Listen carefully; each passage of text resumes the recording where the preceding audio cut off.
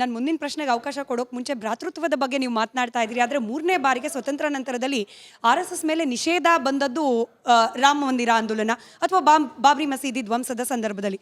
ಈಗಿರುವ ಕಾಂಗ್ರೆಸ್ನ ನಾಯಕರು ಹೇಳ್ತಾ ಇರೋದು ಆ ಸಂದರ್ಭದಲ್ಲಿ ಕೋಮು ದಳ್ಳೂರಿಯನ್ನು ಸೃಷ್ಟಿ ಮಾಡ್ತು RSS, ಹಾಗಾಗಿಯೇ ನಿಷೇಧಕ್ಕೆ ಒಳಗಾಯಿತು. ಅಲ್ಲಿಗೆ ಕೋಮು ದಳ್ಳೂರಿ ಅಂತ ಬಂದ ಸಂದರ್ಭದಲ್ಲಿ ಭ್ರಾತೃತ್ವ ಅನ್ನೋದ್ರ ವಿರುದ್ಧ ಅಲ್ವಾ? ಆ ಸಂದರ್ಭದಲ್ಲಿ ಆಗಿದ್ದೇನು ಅಂತ ಹೇಳಿ. ನಿಜಕ್ಕೂ ಎಲ್ಲರೂ ಬಾಯಿ ಬಾಯಿ ಅನ್ನೋ ಮನಸ್ಥಿತಿಯಲ್ಲೇ RSSನವರು ಇದ್ದಿದ್ದೇ ಆದಲ್ಲಿ ಆ ಸಂದರ್ಭದಲ್ಲಿ ರಕ್ತಪಾತ ಯಾಕಾಯಿತು ಅಂತ. ಸರಿ ಇದೆ, ಎಲ್ಲರೂ ಬಾಯಿ ಬಾಯಿ ಅಂದ್ಕೊಂಡಾಗ ರಕ್ತಪಾತ ಆಗಲ್ಲ ಅನ್ನೋದು ಸರಿ ಇದೆ. ಈಗ ಬಾಯಿ ಬಾಯಿ ಅಂದಿದ್ದವ್ರು ಯಾರ್ಯಾರಿದ್ರೋ ಅವರು ಆ ರಕ್ತಪಾತಕ್ಕೆ ಕಾರಣರು.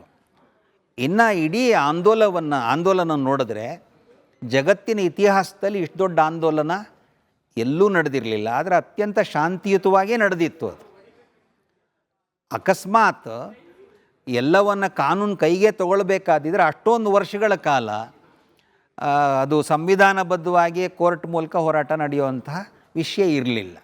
ಹಾಗಾಗಿ ಕೋಮು ದಳ್ಳೂರಿಯನ್ನು ಪ್ರಚೋದನೆ ಮಾಡಿದ ಸಂಘನೂ ಅಲ್ಲ, ಮತ್ತು ಅಲ್ಲಿ ಯಾರ್ಯಾರು ತಪ್ಪಿತಸ್ಥರೋ ಅದೆಲ್ಲವೂ ಕೂಡ ಸರ್ಕಾರವೇ ಅದಕ್ಕೆಲ್ಲ ವಿಚಾರಣೆ ಮಾಡಿದೆ, ಅವರಿಗೆ ಶಿಕ್ಷೆಯನ್ನು ಕೊಟ್ಟಿದೆ.